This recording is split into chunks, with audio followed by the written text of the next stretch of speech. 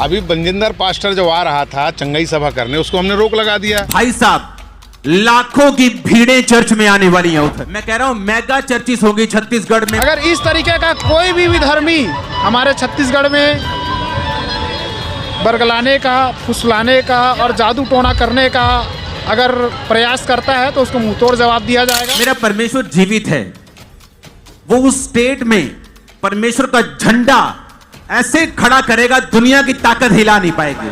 आज हम आपको दिखाएंगे कैसे अंकुर नरूला जी ने बेरोजगार दल के ठेकेदार रतन यादव को बाइबल से ऐसा करारा जवाब दिया, ये सुनकर आप सभी हैरान हो जाएंगे। इसलिए आप सभी उस वीडियो को पूरा जरूर देखिए, आप सभी उस वीडियो को देख सकते हैं। तो जब आपको ऐसी बातें नजर आए तो प्रार्थना में रहें, वैरियों को माफ करें। जब कोई मेरी मीटिंग होती है तो मैं उनको कभी कर्स नहीं करता, मैं उनको प्यार करता हूं, बोलता हूं मैं तुमसे प्यार करता हूं, डोंट वरी।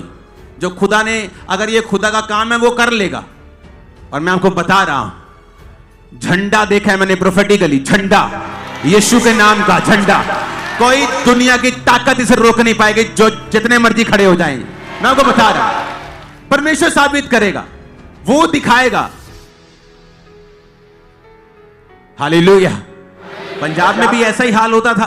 आप मीटिंग रखते थे, मीटिंग कैंसिल होती थी, पुलिस आपको बुलाती थी, बोलती थी दंगे का चांस है, मीटिंग कैंसिल होगी। क्या करते थे हम लोग? प्रार्थना करते थे, कोई बात नहीं, प्रेयर करते थे। देखो परमेश्वर ने कैसे काम किया।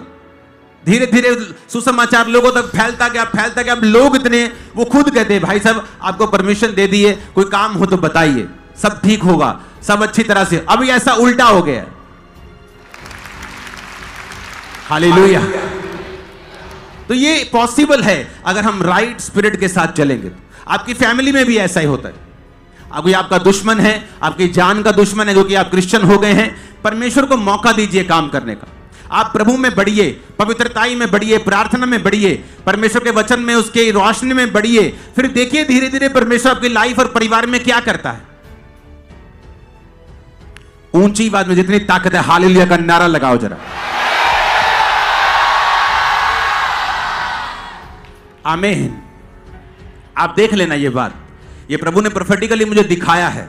उसका झंडा स्टैब्लिश होगा उन स्टेट्स के अंदर। हजारों, लाखों, करोड़ों लोग उसके झंडे के नीचे होंगे।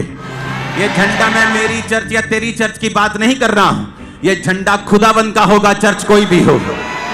ये खुदा के झंडे के नीचे लोग और विश्वासी इकट्ठे होंगे यीशु मसीह के नाम में। आमीन हो जाए। Hallelujah, hallelujah. और आप देखेंगे, मैं आपको बता रहा हूं प्रोफेटिकली, जो लोग आपके दुश्मन थे आपको फेवर देना शुरू करें। आप देखेंगे किस तरह से जो लोग सरकारी, गैर सरकारी, कोई भी आपके विरोधी थे, आपको फेवर देंगे। क्या आप दानियल के परमेश्वर को नहीं जानते हैं? कहां था दानियल? एक अन्य जाति राजा के अंडर। शद्रक, मेशक, अबेदनगो कहां थे? अन्य जाति राजा के नीचे। क्या परमेश्वर ने उन्हें मरने दिया? क्या परमेश्वर ने बाकी यहूदियों को मरने दिया? कौन थी एस्तर? और उसका राजा कौन था? उसका हस्बैंड कौन था? एक अन्य जाति राजा। क्या परमेश्वर ने उस अन्य जाति, भाई साहब, पीएम, प्राइम मिनिस्टर संविधान के दायरे में होता है, अपनी मर्जी नहीं कर सकता। पावर होती है उसके पास, बहुत सी पावर्स होती हैं, पर राजा के पास जो पावर्स होती हैं वो किसी डेमोक्रेटिक लोगों के पास नहीं होती। राजा अगर बोले इसको फांसी दो तो उसे किसी लॉ की जरूरत नहीं है। बाइबल कहती वो राजाओं के नीचे थी। ऐसे राजा जो बोलते थे कि जाओ सारे यहूदियों को मार दो, क्या परमेश्वर ने उन्हें मरने दिया? अगर वो राजाओं के नीचे मरने नहीं देता था, राजाओं के नीचे राजाओं के साथ वो संधि करके परमेश्वर का आत्मा उन्हें किसी तरह भी समझाकर अपने लोगों को बचाता था, तो आज वो कैसे आपको छोड़ देगा जब आप नए नियम के अनुग्रह के नीचे हैं। आप बढ़ाने के लिए बुलाए गए हैं, आगे चलने के लिए बुलाए गए हैं, आग में चलने के लिए बुलाए गए हैं, लंगड़ों को चलाने के लिए बुलाए गए हैं, अंध को आंखें देने के लिए बुलाए गए हैं, आत्मा में और विक्ट्री में चलने के लिए बुलाए गए हैं, अपने परिवार को बचता हुआ देखने के लिए बुलाए गए हैं, बड़े कामों को देखता हुआ अपनी लाइफ में होता हुआ देखने के लिए बुलाए गए हैं। आमीन। मेरे को खड़कने वाला चाहिए चर्च। Hallelujah, hallelujah. क्या हम नहीं जानते हम किस आत्मा के हैं? हम परमेश्वर के नए नियम के अनुग्रह के नीचे हैं। हम अपने विरोधियों को श्रापित करने के लिए नहीं बुलाए गए, हम उनके लिए प्रार्थना करने के लिए बुलाए गए। हालेलुया, ऊंची आवाज में हालेलुया बोलो।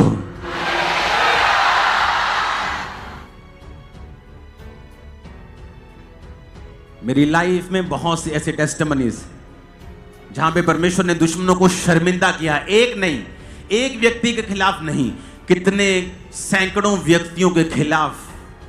कुछ तो इस दुनिया में भी नहीं है, लेकिन यह मेरा मकसद नहीं था। मैंने कभी उनको कुछ नहीं कहा, उनकी वीडियो तक नहीं देखी, परमेश्वर ने जवाब दिया। हालेलुया। पहला कुरिन्थियों 14 उसकी 1, प्रेम का अनुकरण करो। जब आप अनुकरण को देखते हैं तो उसका मतलब, अगर आप ग्रीक भाषा में जिसमें यह नया नियम लिखा गया ओरिजिनली, उसका मतलब है परस्यू करना, प्रेस फॉरवर्ड। कहता आत्मिक वरदानों की भी धुन में रहो and desire spiritual gifts rather that ये में प्रोफेसाई, विशेष करके कि भविष्यवाणी करो।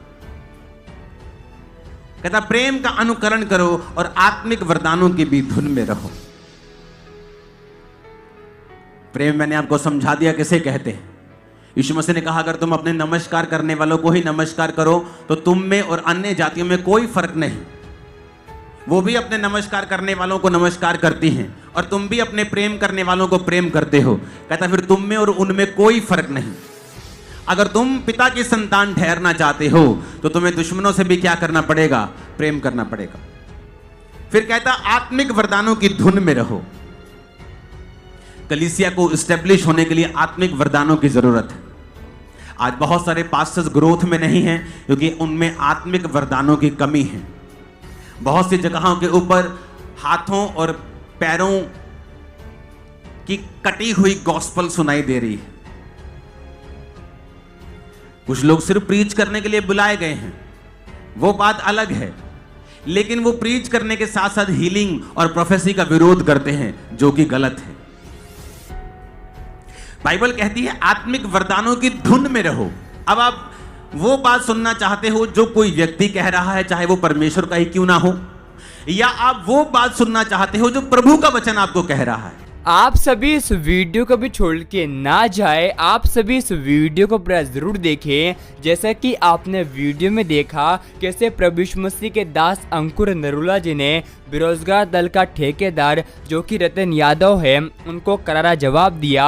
और प्रभु यीशु मसीह का वचन कहता है इन ईसाई विरोधियों का एक ही काम होता है, जहां पर मसीह लोग दुआ प्रार्थना करते हैं वहां पर ये चले जाते हैं। इनका कोई भी काम धंधा नहीं होता है, लेकिन मसीह लोगों को सताना ही इनका काम होता है। लेकिन प्रभु यीशु मसीह का वचन कहता है हमारा प्रभु यीशु मसीह इन ईसाई विरोधियों से बहुत प्यार करता है, क्योंकि प्रभु यीशु मसीह का वचन कहता है हमारा प्रभु यीशु मसीह इस संसार में धर्मियों को बचाने के लिए नहीं, लेकिन पापियों का उद्धार करने के लिए आया है। और प्रभु यीशु मसीह का वायदा है अंत के समय में ऐसा होगा कि हर एक घुटना प्रभु यीशु के सामने झुकेगा और हर एक जीव अंगीकार करेगी कि हमारा यीशु मसीह प्रभु है। इसलिए आप सभी व्याकुल ना हो, आप सभी घबराए ना, क्योंकि आने वाले दिनों में ये रतन यादव जो कि बजरंग दल का ठेकेदार है, आने वाले दिनों में यीशु मसीह के नाम का प्रचार करेगा। क्योंकि प्रभु यीशु मसीह का वायदा है जो मनुष्य से नहीं हो सकता वो प्रभु यीशु मसीह से हो सकता है, क्योंकि प्रभु यीशु मसीह से सब कुछ हो सकता है। अगर आप सभी इस बात पर विश्वास करते हैं कि आने वाले दिनों में जितने भी मसीह विरोधी हैं वो भी प्रभु यीशु के सामने घुटने टेकेंगे, तो आप सभी इस वीडियो को एक व्यक्ति के साथ जरूर शेयर करें ताकि वह व्यक्ति आपको द्वारा सच्चाई को जान सके और नरक की आग से बचाया जाए। क्योंकि आज बहुत सारे लोग हैं जो कि अंधभक्त बने हुए हैं और अंधों की तरह इन मसीह मसीह विरोधियों की बातों को सुनकर हमारे प्रभु यीशु मसीह को छोड़ देते हैं, लेकिन प्रभु यीशु मसीह का वचन कहता है जो कोई प्रभु यीशु मसीह के नाम पर विश्वास करेगा वह उद्धार को प्राप्त करेगा। आप सभी हमारे यूट्यूब चैनल को सब्सक्राइब कर ले। क्या पता एक प्रभु यीशु मसीह का वचन आपकी पूरी जिंदगी को बदल दे। प्रभु यीशु मसीह आप सभी के साथ हैं। आप सभी विश्वास कीजिए कि आने वाले दिनों में आपकी प्रार्थनाओं के द्वारा पूरे छत्तीसगढ़ में प्रभु यीशु मसीह के नाम का प्रचार फैलेगा और यीशु मसीह के नाम से हर एक जीव अंगीकार करेगी कि हमारा यीशु मसीह प्रभु है। प्रभु यीशु मसीह आप सभी को बहुत आशीष दे।